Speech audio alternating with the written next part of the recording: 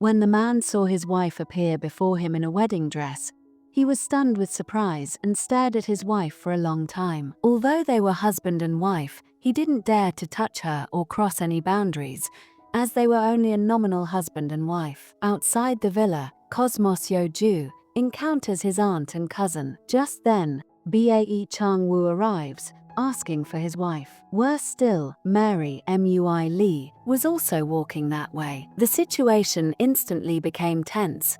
A slight mistake could expose their secret. Yeoju quickly gestured to Mary not to approach. Mary hastily tried to hide by covering her face with her hair and sitting down at the street corner. In her rush, she accidentally dropped her phone on the ground. Yeoju managed to bid farewell to Bae Chang-woo with difficulty. Unable to witness any more fun, the aunt and cousin were disappointed. Just then, Mary's phone suddenly rang. The aunt heard the ringtone, got out of the car, picked up the phone, and looked around for the owner. She suddenly spotted Mary hiding nearby. Frightened, Mary immediately hid in a dog kennel and pretended to be a mentally unstable homeless woman. This way, she managed to retrieve her phone from the aunt. One crisis was averted for now, but Yeoju couldn't tolerate this kind of tension. He called Mary and told her not to stay in the villa, or else Bae Chang-woo would discover they were living alone. At the same time, he declared that their agreement was over and warned Mary not to cause any more trouble. The house Mary had rented previously was already leased out. The landlord had taken their marriage house, and she couldn't stay in the villa. Helpless, Mary wandered the streets with her suitcase. She tried to seek shelter with a friend, but learned that the friend had joined the army and her apartment was also rented out. With no options left, she saw a motel advertisement promising a stay without a deposit, which immediately attracted her. Mary dragged her suitcase to the motel. Although the place was dirty and crowded with various people, it was at least a place to stay. She thought she wouldn't sleep on the first night, but Mary slept until 9 in the morning. After getting organized, she quickly headed to the hospital. As she was leaving after finishing her work, she ran into Jang Jae-ying, who had bandaged her wound the previous time. When Jang Jae-ying went to check on Yeoju's grandmother's health, she subtly expressed her desire to become the grandmother's granddaughter-in-law. The grandmother was very happy about this and encouraged her to actively try to win Yeoju's heart. Jang Jae-ying had heard Yeoju once say that he ran into trouble with Mary on their first meeting,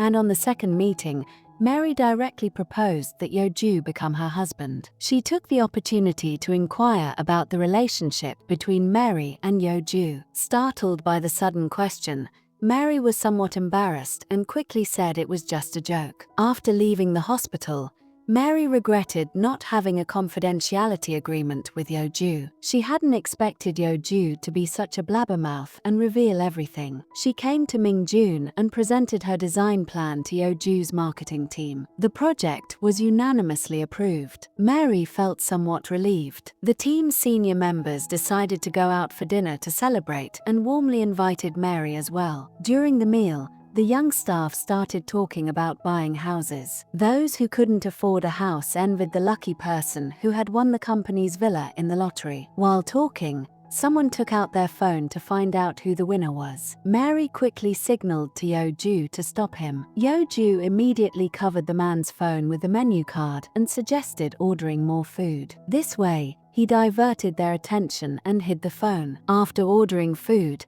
another colleague picked up the phone to check the activity's end date. Mary quickly raised her glass of drink and continuously drank with her, but in the end, they couldn't escape everyone's attention. Someone next to Yeoju accidentally saw the winner's photo and felt they knew the person in the picture. As he was about to show the picture to others, Yeoju quickly picked up a piece of meat and put it in his mouth. To change the subject, Mary stood up and encouraged continuous drinking. By the time dinner was almost over, she was nearly drunk. She went to the bathroom to wash her face to sober up a bit, but she saw that the senior employee who had invited her had followed her and directly told her to pay the bill. Yeoju then realized that the man had actually set Mary up to pay the bill. To avoid future work problems, Mary agreed to pay with her card, but the card did not have enough balance. The result was the same after swiping several times. When she was very embarrassed, Yeoju stepped in with his card and helped her. The employee, who only wanted to take advantage,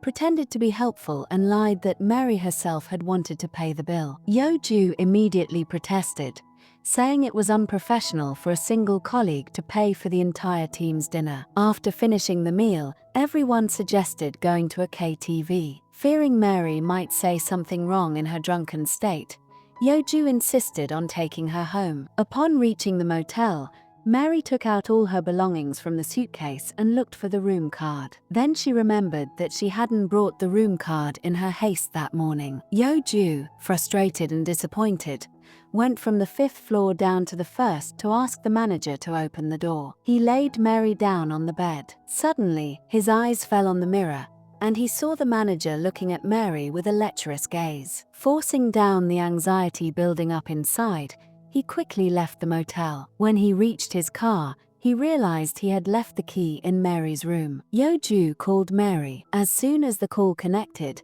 he heard a scream from Mary. Remembering the manager's expression, he thought Mary might be suffering abuse. He immediately rushed back to the room. Seeing the manager in Mary's room, he punched him without a second thought, causing blood to gush from the manager's face. The stunned Mary only asked why he hit him unnecessarily. Yeoju accused the manager of touching her leg. Mary explained that she had spilled hot noodles and burned her leg, and the manager had only come to bring a first aid kit to help her. Realizing his misunderstanding of the manager, Yeoju quickly and cautiously apologized, but the unjustly beaten manager demanded that Mary be kicked out of the room and said he no longer wanted to see these two lunatics. After being kicked out, Yeoju first treated Mary's burn. He learned that Mary had nowhere to go, so he took her to the villa they had won and instructed her to stay there secretly, ensuring Bae Chang-woo would not find out. Having found a place to stay,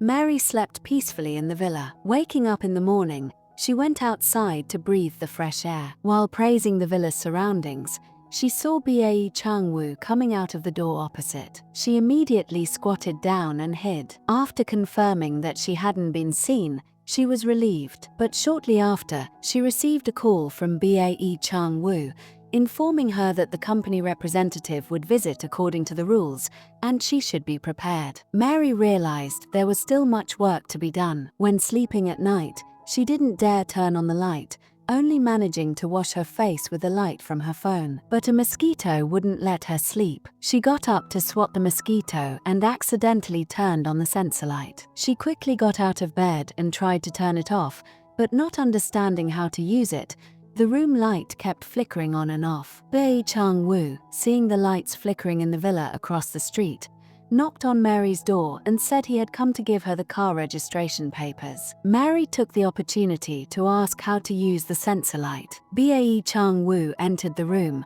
took out the remote control, and patiently showed her how to use and turn it off. Seeing only a pair of Mary's shoes by the door and no men's belongings anywhere in the house, Bae Chang-woo became suspicious. He asked if Mary's husband didn't live there. He even suspected that the two had separated. Mary lied that her husband's belongings were all on the 2nd floor and hadn't been unpacked yet. Bae Chang-woo left with hesitation, reminding her before leaving that the company representative would visit next week. To avoid having their secret exposed, Mary called Yeoju for help. She requested that Yeoju bring some of his unused clothes and personal items to be used as house decorations. Yeoju was worried that even if this problem was solved, a new one would appear next time. To solve all the problems at once, he took Mary to a photo studio to take wedding pictures. If the pictures were hung in the villa and some personal items were placed around, no one would suspect their relationship. When Mary came out in the wedding dress in front of Yeoju,